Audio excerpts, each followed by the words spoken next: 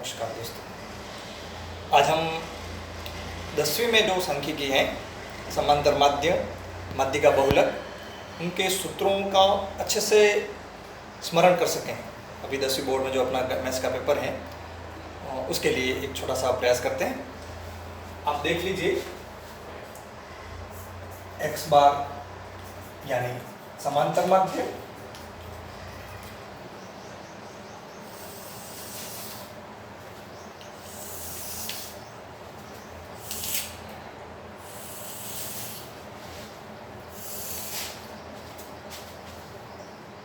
m median हो माध्यिका, और हम समांतर z लिखते हैं, मोड को इसको बहुलक कहते हैं। अब ये मानिए जैसे यहाँ कोई x दिया है, 0 2 3 3 5 1 2 4 3, और इस स्थिति में हमें समांतर माध्य ज्ञात करना हो तो क्या सूत्र अपनाते हैं? हम सभी राशियों का योग करते हैं, इन x का योग सिग्मा x और राशियों की संख्या का भाग लगाते हैं। x बार बराबर हो जाता है सिग्मा x बटा m, राशियों का योग बटे राशियों की संख्या। इस स्थिति में हम इस समांतर माध्य को औसत भी कहते हैं। माध्य का ज्ञात करनी हो तो हम क्या करते हैं? हम जो भी दिया गया x है या पद है, उनको या तो आरोही या अवरोही क्रम में जमाते हैं। फिर n+1/2वें पद का मान,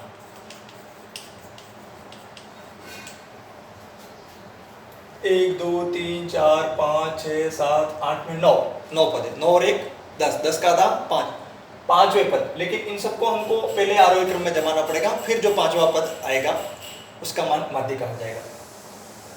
तो अगर आप ये मानिए जैसे कोई 6 पद है तो 6 और 1 कितना हो जाएगा? 7, 7 का आधा 3.5वां पद। अब 3.5वां पद तो मिलेगा नहीं, तब हम क्या करेंगे कि तीसरे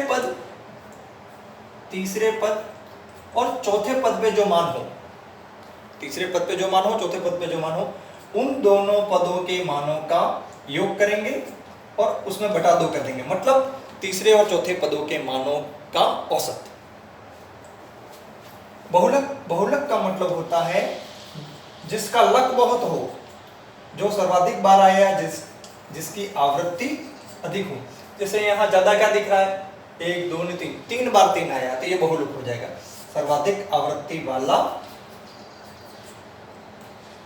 x को आपके बहुलक हो जाएगी। यदि कोई x दिया हो और f दिया हो, जैसे 2 4 6, यहाँ बारंबारता दे रखी हो 2 3 1 ऐसे, तब हम समांतर माध्य कैसे ज्ञात करते हैं?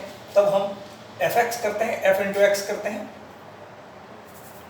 x है f है और fx करेंगे, फिर सिग्मा fx बटा सिग्मा f आपके समांतर माध्य का सूत्र हो जाएगा। बारंबारताओं के योग को कैपिटल N से भी लिखते हैं। अगर fx f दिया हो और माध्यिका ज्ञात करनी हो, जब भी बारंबारता दी हो और माध्यिका की बात करें तो हमें शर्तिया संचयी बारंबारता ज्ञात करनी पड़ेगी।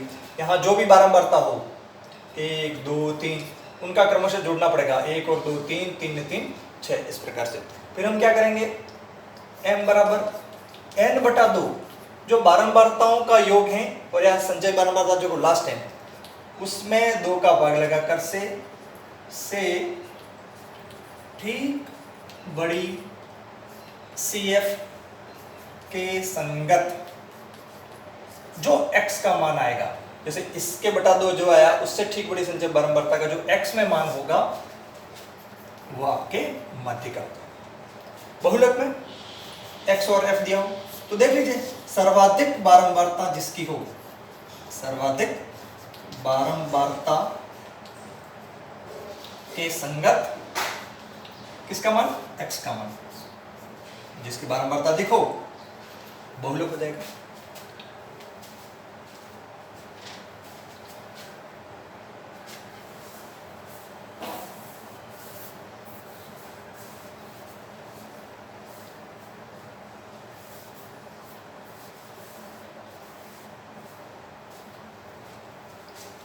यदि सीधा x न दिया हो और वर्गांतर दिया हो और बारंबारता दी हो, जैसे 0 से 10, 10 से 20, 20 से 30 और यहाँ 2, 4, 6 ऐसी को दे रखे, तब हम समांतर माध्य कैसे ज्ञात करेंगे? तो जो वर्गांतर दिए हैं 0 से 10, 10 से 20, 20 से 30, उनका मध्य बिंदु निकालेंगे x।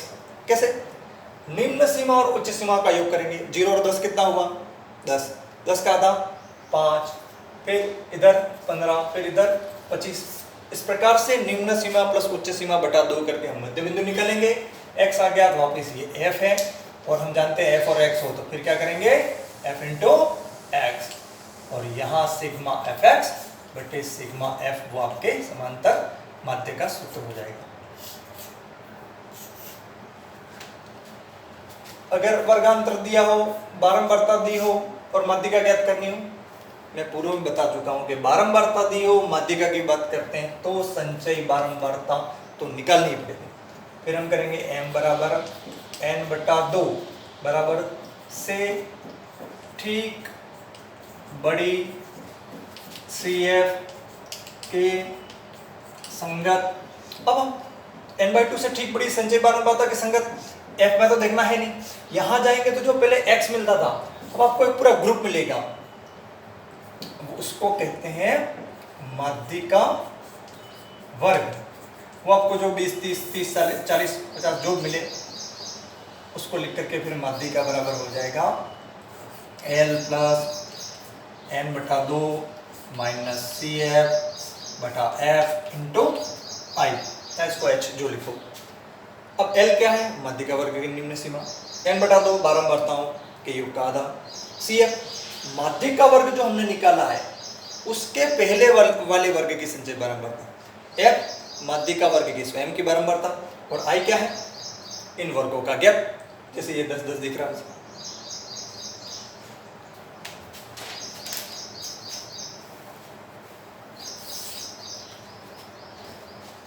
अगर यही वर्गांतर और f दिया हो और बहुलक की बात करें तो हमें सर्वाधिक बारंबारता f के संगत, यहां पर पहले x मिलता था, बहुलक निकल जाता था, अब यहां पूरा बहुलक वर्ग मिलेगा।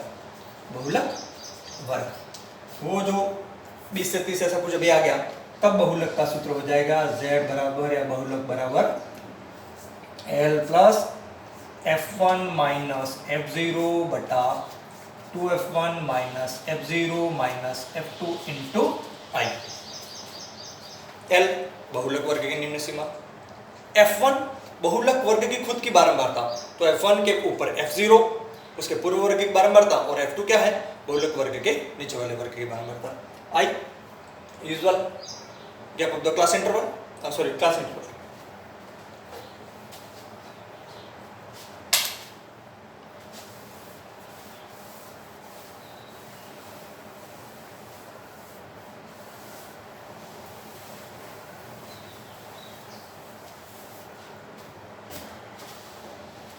यदि I और F देवे और हमें समांतर माध्य ज्ञात करने के, तो हमने पहले वर्गांतर, उसके संगत मध्य बिंदु और यहाँ बारंबारता लिखी। पर x आप ये समझो कि कोई 250, 300 या 50, 60, 65 ऐसा है, तो बड़ी संख्याओं का f के साथ गुणा करना ये थोड़ा इजी नहीं लगता है। उस एवज में हम क्या करते हैं, एक विचलन निकालते हैं d, और उसके लिए हमें एक कल्पित माध्य A की जरूरत पड़ती है। A कहां से लिएगा? A कभी तो प्रश्न में देता है कि भाई कल्पित माध्य 55 मान करके सवाल को हल कीजिए, नहीं तो आप यहां x में मध्य में आसपास, अगर विषम हो तो मध्य में मिल जाएगा, सम हो तो आप मध्य में कोई भी पद ले सकते हैं। उसको x में से लगातार घटाना है, x माइनस 1, तो d निकलेगा। जैसे आप ये मान लीजिए कि ये 25 है और यहाँ अगर अपने कल्पित माध्य 27 माना है तो 25 माइनस 27, इस प्रकार से लगातार आप d ज्ञात करेंगे। फिर यहाँ पर fx नहीं करेंगे, f इंटू डी करेंगे, और फिर ये आपका हो जाएगा सिग्मा fd बटा सिग्मा f, और समांतर माध्य के लिए सूत्र हो जाएगा x बार बराबर सिग्मा fd बटा सिग्मा f। पर चूंकि हमने a को घटाया है तो वो मान स्वाभाविक रूप से समांतर माध्य को प्रभावित करता है, इसलिए हम यहाँ कर देंगे प्लस ए। तो x बार बराबर a plus sigma F D बटा सिग्मा एफ।